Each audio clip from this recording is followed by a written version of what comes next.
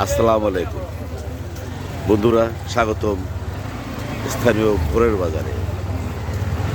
আজকে দেখাবো এই ভোরের বাজারে কাঁচা তরি তরকারি, শাক সবজির দাম কেমন জানবো এবং জানাবো। ফুট শেষ পর্যন্ত আমার সাথে। এখানে একজনকে পেয়েছি। ইসলাম ভাই, বলেন। রোজা উপলক্ষে কি দাম বেড়েছে না কমেছে? দাম বর্তমান তরি তরকারি, বেগুনটার দাম কম। এই যে মরিচ কত করে দাম কেজি? কম, 100 টাকা কেজি যায়। কালকে ছিল 120, 120 আজকে আর 100। 100 টাকা।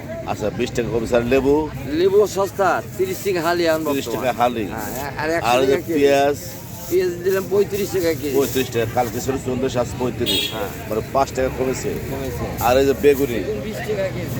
30 টাকা কেজি, 20 টাকা কেজি, 20 টাকা। 20 টাকা কেজি, একবার পানির দর। একদম পানির দর। আর এই শাক আলু অর্থাৎ কেশু 50 টাকা। 50 টাকা। চমৎকার একটা সবজি পেয়েছি, পেঁপে 30 টাকা। 30 টাকা কেজি পেঁপে। ধনে পাতা দিনে তো 5 টাকা আছে। 5 টাকা।